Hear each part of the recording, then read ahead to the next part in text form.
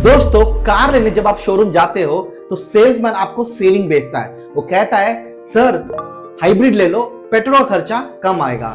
लेकिन कभी भी आपने सोचा है कि ये पेट्रोल बचाने के लिए हम अपने पॉकेट से कितना एक्स्ट्रा पैसा दे रहे हैं? आज मैं आपको दिखा दूंगा कैसे स्मार्ट लोग गाड़ी खरीदते वक्त सिर्फ माइलेज नहीं देखते हैं, वो इन्वेस्टमेंट पोटेंशियल देखते हैं। आज हम टोयोटा इनोवा हाईक्रॉस का एग्जांपल लेके आपको ये साबित कर दूंगा कि आज बचाए हुए ये 10 लाख रुपए आपको 5 से 7 साल में एक ब्रांड न्यू गाड़ी फ्री में दिला सकती है। ये सिर्फ कार का रिव्यू नहीं है दोस्तों, ये वेल्थ क्रिएशन का मास्टर क्लास है। चलिए बेसिक्स पे आते हैं। एक तरफ है आपका हाईक्रॉस GX मॉडल जिसकी प्राइसिंग है लगभग 24 लाख के करीब। दूसरी तरफ है हमारे पास इनोवा VX मॉडल जिसका प्राइस है ऑलमोस्ट 34 लाख के करीब। सीधा 10 लाख का गैप है।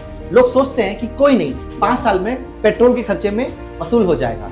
वाकई ये होता है? चलिए व्हाइट बोर्ड पे देखते हैं।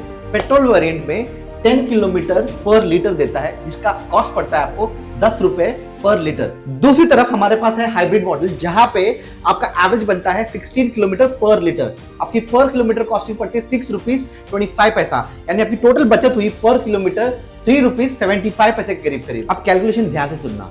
अगर आपने महीने का 1500 किलोमीटर गाड़ी चलाई हो तो साल का लगभग बचाते हो 67,500 रुपए के करीब। 10 लाख को रिकवर करने के लिए आपको लगभग 2.6 लाख किलोमीटर गाड़ी चलानी पड़ेगी। इतने में तो गाड़ी पुरानी होके स्क्रैप के हालत में बन जाती है। अब आते हैं वीडियो के सबसे इंपॉर्टेंट पार्ट में। मान लो आपने मेरी बात मान के हाइब्रिड के पीछे पागल होने के बजाय एक पेट्रोल वेरिएंट ले लिया और आपने 10 लाख बचा लिए। एक स्मार्ट बंदा 10 लाख अपने बैंक में सड़ने नहीं देगा, उसे इन्वेस्ट करेगा। अगर आपने उस 10 लाख को एक सिंपल इक्विटी म्यूचुअल फंड में डाला हो जो सालाना आपको 12 से 14% रिटर्न देता है, तो देखिए इस 7 साल में क्या होता है।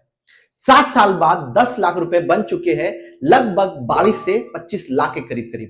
अब सोचिए 7 साल बाद आपकी पुरानी इनोवा जो डेप्रिशिएट हो चुकी है उसकी वैल्यू शायद 10 से 12 लाख रुपए होगी, लेकिन आपके पास साइड में एक 22 लाख रुपए का कॉर्पस रेडी है। अपग्रेड तो लॉजिकल है। 7 साल बाद आप अपनी पुरानी गाड़ी बेचो, 10 लाख रुपए लो और आपके पास इन्वेस्टमेंट से 22 लाख रुपए निकालो और आपके पास 32 लाख रुपए कैश है। आप बिना लोन के एक ब्रांड न्यू एसयूवी खरीद सकते हो। वही राहुल जिसने आज 34 लाख की हाइब्रिड ली, उसके पास 7 साल बाद एक पुरानी गाड़ी होगी और सेविंग बिल्कुल नहीं। राहुल ने सोचा था उस वक्त कि क्यों पेट्रोल पंप वालों को एक्स्ट्रा पैसा देना। आज 10 लाख रुपए एक्स्ट्रा भरा, उसकी साथ EMI भी ज्यादा ली। 5 से 7 साल बाद राहुल के पास जो गाड़ी थी उसकी डेप्रिशिएटिंग वैल्यू ऑलमोस्ट 50% गिर गई हो और उसके पास अगर अपग्रेड करना हो तो उसको एक नया लोन लेना पड़ सकता। रवि ने पेट्रोल मॉडल लिया और बचे हुए 10 लाख को उसने इन्वेस्ट कर दिया। रवि ने हर महीने पेट्रोल पंप पे 5,000 रुपए एक्स्ट्रा स्पेंड किया क्योंकि माइलेज कम था, लेकिन उसके 10 लाख ने उसे हर महीने 8 से 10,000 रुपए इंटरेस्ट कमा कर दिया है।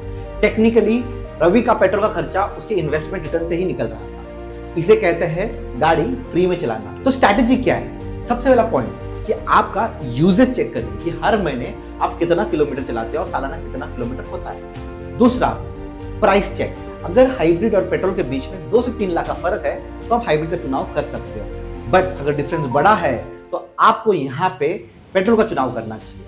तीसरा, इन्वेस्टमेंट इज द की। पैसे बचाओ और उसे इन्वेस्ट करो। चौथा, डेप्रिशिएटिंग शील्ड। गाड़ी का वैल्यू गिरता है और इन्वेस्टमेंट बढ़ता है। गाड़ी जब पुरानी होगी यही इन्वेस्टमेंट आपको अपग्रेड के लिए मदद करेगा। स्मार्ट लोग एसेट खरीदते हैं जो अप्रिशिएट हो, ना कि डेप्रिशिएट। अगली बार गाड़ी लेना हो तो सेल्समैन के माइलेज वाले जाल में मत फंसना, कैलकुलेटर निकालना और ये वीडियो को जरूर याद रखना।